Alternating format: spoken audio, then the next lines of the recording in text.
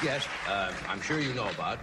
She was born in Australia. She is one of the better women professional golfers, and she'll be competing in the LPGA Desert Inn Pro-Am tournament on Thursday, Friday, and Saturday and Sunday this week, and on NBC's telecast of the Women's Kemper Open on March 28th and 29th, and the Colgate Dinah Shore Championship on April 4th and 5th. This is rather an unusual picture to show of her, but it appeared in one of the sports magazines, and it's normally a picture in which you would not see a women golfer or a lady golfer.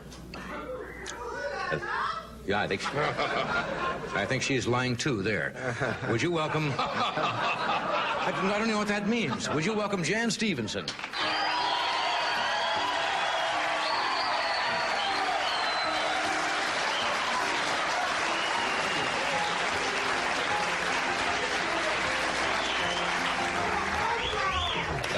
You were probably tired of talking about that picture. That originally appeared in what, Fairway magazine? That's right. And it created kind of a brouhaha, a furor, didn't it? Really, a big controversy. For what reason?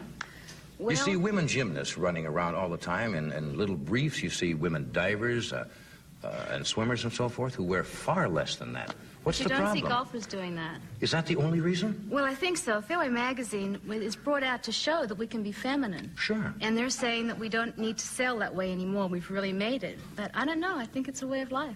Yeah, I don't see anything wrong with that. No, I think it was done in good taste. Yeah. And it was done for charity. Oh, that's good. Well, that's good. Who had the most reaction to it, Jan? Saying that it was, say, exploitation or die-hard feminists, or did you get flack from men, or mainly from your fellow lady golfers? Fellow players. Yeah. And it split the LPGA. There are a lot of girls that are on my side that think that we have to do that. We've really come along since we have sold with sex, but I think we have to keep doing it. Well, you had a run-in with Jenny Blaylock, isn't it? Yeah. Didn't you two have a little tete-a-tete about, was it Well, we really haven't this? talked since. Haven't talked? No, we've played together, but we haven't talked about it. I mean, you've actually played in a twosome? We played in a threesome, but we play with another friend of Janie's, so she kind of talked to her. And you just don't talk at all? Well, you know, golf is one of those sports where you don't talk very much anyway, and I think it was kind of a sore spot. She didn't want to talk about it. When you were young, did you know that you wanted to be a professional golfer? Oh, absolutely. Well, not really at first. When I started, I was like about 8 years old.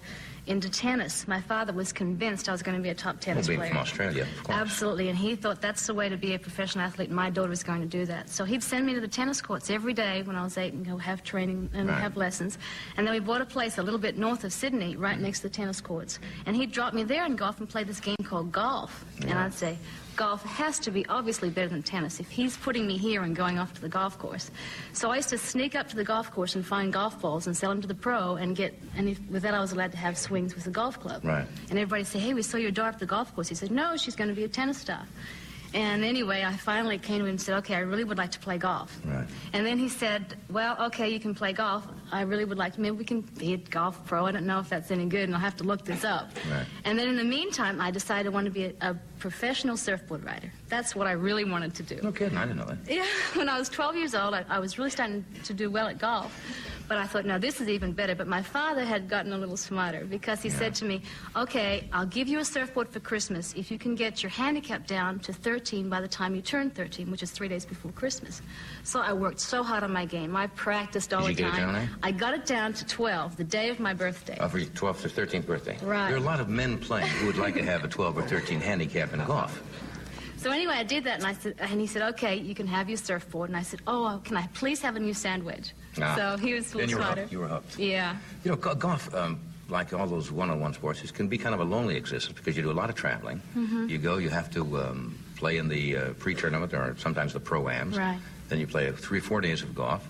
A lot of time in motels and hotels and then traveling to the next. Doesn't that get a little lonely at times? Because somebody told me you are kind of you don't smoke or drink. There's nothing wrong with that. But you don't go out. You kind of sit by yourself and stay by yourself. Yeah, I'm a loner. I'm really into the golf business as well. I have my own company. I'm not managed by a sports management firm. I manage myself, and I have my own offices in Fort Worth, where I live. Oh, I didn't know that. And yes, and I have golf outings, and I'm, in fact, doing business with Ben Crenshaw in sending golf groups with amateurs to Britain. Good. So I'm really into the golf business. I'm very busy. Yeah. No, I think you said once that women who come out to watch male golfers sometimes just don't come out to watch the golf swing or the technique. Right. Is that true? Or? I think so. I think that's why golf became so popular. Arnold Palmer had this sex appeal, and Right. Nancy Lopez has it too. She has a certain charisma about her. Right.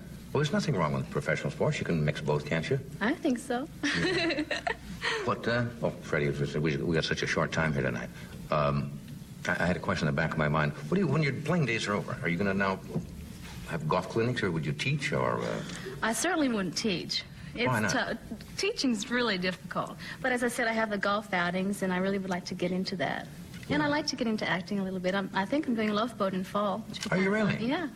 Ah, show business beckons. Well, maybe. Well, you're very pretty. Have you ever done anything? No. Give it a try. Well, this is really show business. This is fun. Yeah. We'll take a break. We'll be right back.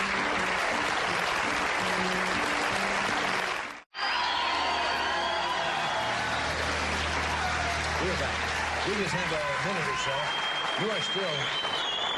You are still, I assume, an Australian citizen.